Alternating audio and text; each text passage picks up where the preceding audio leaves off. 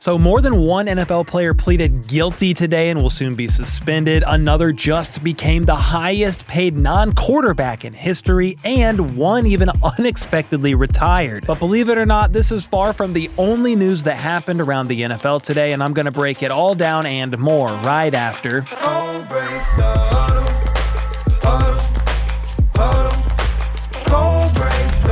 Alright, there is a lot to get into today, but let's start with the annual ESPY Awards that took place last night on ESPN with comedian Shane Gillis hosting. I'll get to some of the award winners in a moment, but I just wanted to highlight a couple of moments from Shane's opening monologue because he had some wild jokes. As far as some of his best NFL ones, he had a funny one about Shedeur Sanders getting his jersey retired at Colorado. Shedeur Sanders had his jersey number retired at Colorado this year, and people are saying it's because of nepotism, because of his father, and it's not. It's because he went 13-12 over his career, and he almost won the Alamo Bowl. Then, of course, he had to make fun of Bill Belichick and his girlfriend. I mean, that is pretty low-hanging fruit. Shohei is a once-in-a-generation talent, pitcher, hitter, and bookie. A bookie is what Bill Belichick reads to his girlfriend before bedtime. I'm not going to show the rest of that joke, but those were just a couple of the funniest moments. Not everybody loves this kind of comedy, but I thought he did a pretty good job, all things considered. Now, if you weren't an Eagles fan, this probably was a boring night for you, but if you were an Eagles fan, you were probably having the time of your life because they cleaned up virtually every NFL-related award.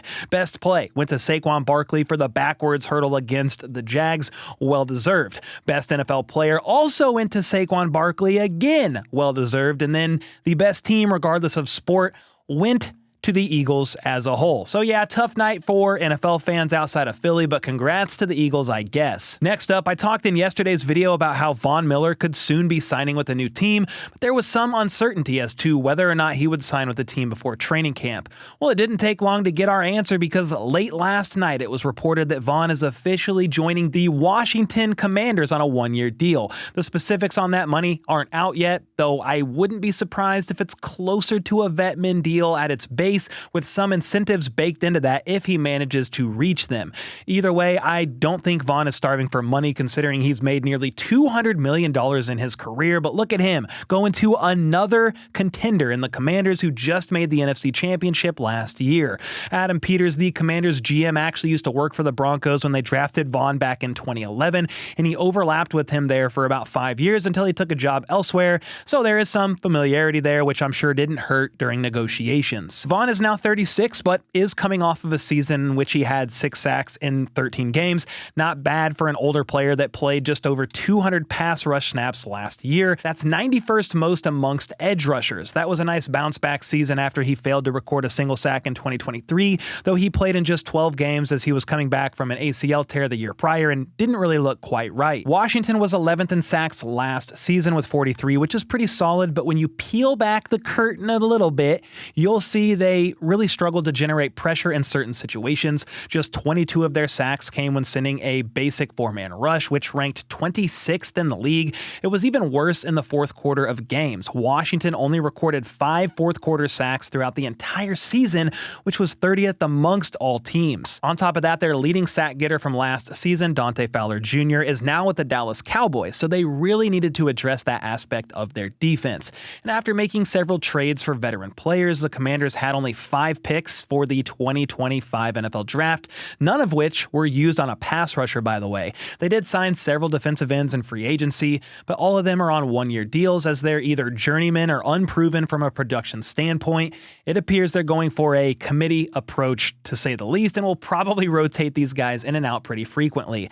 Now, on top of just the pass rushers, if you look at all the Commanders' veteran additions this offseason, they will actually be a combined 30.3 years old by the time the regular season begins. That's a big reason why they have the oldest average roster in the NFL by far. So there's no question they're going to have to work on getting younger impact players, but hey, when you've got Jaden Daniels as your QB1 on a rookie deal, your future in theory is always going to look pretty bright. And while Von is heading into the twilight of his career, a pass rusher who's entering his prime is Micah Parsons. Micah appeared on the Undertaker's podcast of all people, and when asked about his current contract negotiations with the Cowboys, Parsons revealed that he actually wanted to get it done last year, but they wanted to take care of Dak Prescott and CeeDee Lamb first. Then this offseason came around, and he figured they'd want to get a deal done early because there have been so many edge rushers looking for new contracts this offseason, and after several of them have gotten paid, including a big one today that I'll talk about here in a bit, the market has now been reset for pass rushers. He added that ownership has kind of dragged things out, making it more complicated than it has to be with a lack of communication, and sadly that does seem to be how a lot of teams operate during big contract negotiations like this. It's not like they've completely ghosted him or anything like that. Both sides have been engaged in talks about an extension throughout the entire offseason, with there being reports that Micah is seeking to get paid more than both Jamar Chase and Myles Garrett, and the new guy we're going to talk about in a second, and that would put him north of $40 to $41 million per year. That's exactly why it's best to try and pay your cornerstone players ASAP. The problem is, this is the Cowboys and Jerry Jones we're talking about, and this isn't the first time they've been criticized for waiting too long on a deal. Whether or not Micah gets exactly what he's looking for remains to be seen, but there's no doubt he'll be one of, if not the highest paid non-quarterback once this is all said and done. He's still just 26 years old and has racked up 52.5 sacks in his first 4 seasons, including last year when he somehow finished with 12 despite missing 4 games with an ankle injury. I do think a deal will ultimately get done here, and would definitely be surprised if Micah ended up getting traded or anything crazy like that. Despite this being a contract year, Parsons has been a pretty good sport about the whole thing too. He showed up to some of OTAs and all of mandatory minicamp, doing at least some on-field work. Meanwhile, a lot of guys in his position would have or have been holding out completely. With their training camp starting up next week, Micah is also expected to be in attendance, but as we've seen with some players in similar circumstances, he could opt to not fully participate and just take part in certain drills as he awaits a new deal in a form of a hold-in. Now, another pass rusher that's been waiting a new deal is the Steelers' own TJ Watt. He did not play nice like Micah, though, skipping OTAs and mandatory minicamp back in June. He's on the last year of his contract and has been wanting paid all offseason long. Well, earlier today, Nick Farbaugh of PennLive.com shared that, per sources, Pittsburgh is willing to make him the highest paid non-quarterback in the NFL, but the hang-up was a third-year guarantee in the contract, and contract length was holding TJ back from actually signing on the dotted line.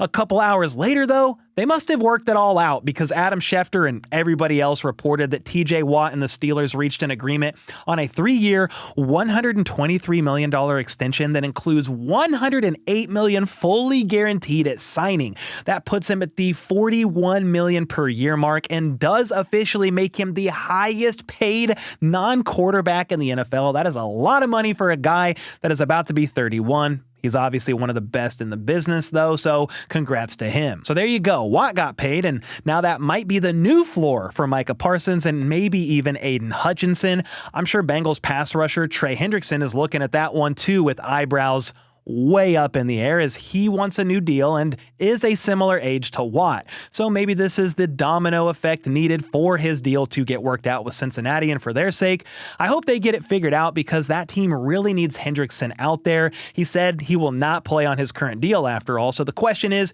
who budges first? My bet is on the Bengals front office. At least I hope they do, for their own sake. Speaking of dominoes, we had some second-round picks recently sign their contracts, and that will definitely allow the rest of the holdouts to fall and sign deals before training camp starts for many teams next week.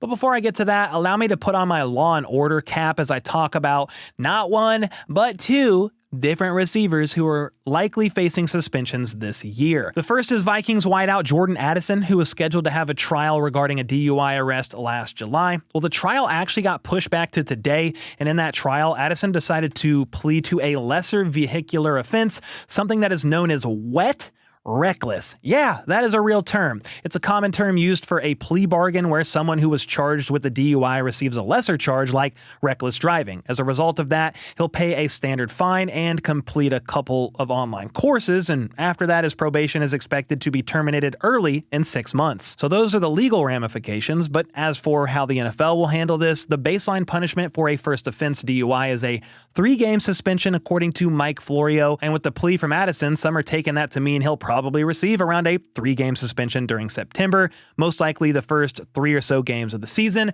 And it's worth noting he'll forfeit over $88,000 per game, and the full guarantee on the 2 years, $4.6 million remaining on his rookie deal is actually going to void. So yeah, not ideal for Addison and not ideal for J.J. McCarthy, who will probably be making his first few NFL starts without his wide receiver 2, but he still has tight end T.J. Hawkinson as well as wide receiver 1, arguably in the entire league, Justin Jefferson, so I think he's going to be all right. Now, on top of Jordan Addison, Chiefs receiver Rashee Rice's legal fate was also decided today for the multi-car crash that he caused in Dallas last offseason. Rice pled guilty to 2 third-degree felony charges, and as part of a plea agreement, a Dallas County judge sentenced Rice to 5 years probation and 30 days of jail time that can be served at any point during those 5 years. And now that there's a ruling on the case, the NFL will expedite their disciplinary process, which is expected to result in a multi-game suspension. When in the season exactly will that be?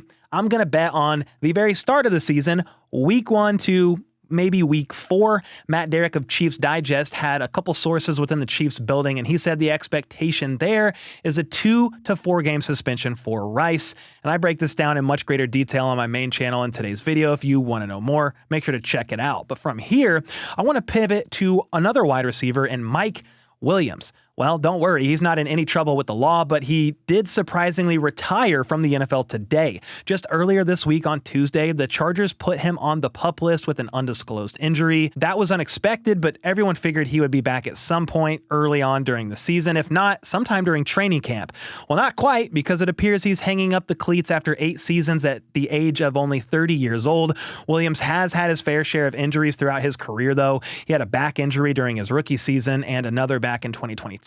Then he tore his ACL in 2023, which cut his season short after just 3 games. But still, I was pretty surprised by this news considering he was fully healthy last year and appeared in every single game. We still don't know what the nature of this current injury is either, but if it's in any way serious, it makes sense why he would retire. When healthy, Williams was a solid number 2 receiver for the Chargers, eclipsing the 1,000-yard mark twice. After 7 seasons with the team, though, he signed with the Jets last offseason, and they traded him to Pittsburgh, where he finished out the season before signing a 1-year deal this offseason, making his return to the Chargers.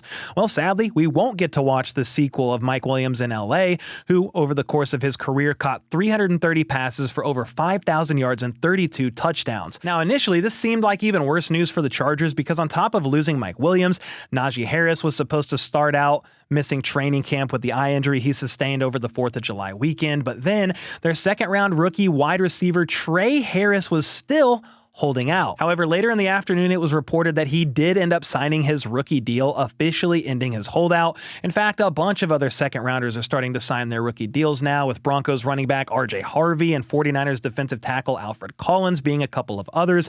And I'm sure by the time you're watching this video, there will be even a few more, with nearly all of them most likely signing on the dotted line by the end of the weekend, just in time for their team's training camp. Be sure of this, though. I will make sure to keep you updated every single step of the way here on this channel. And with that, I'll see y'all next time.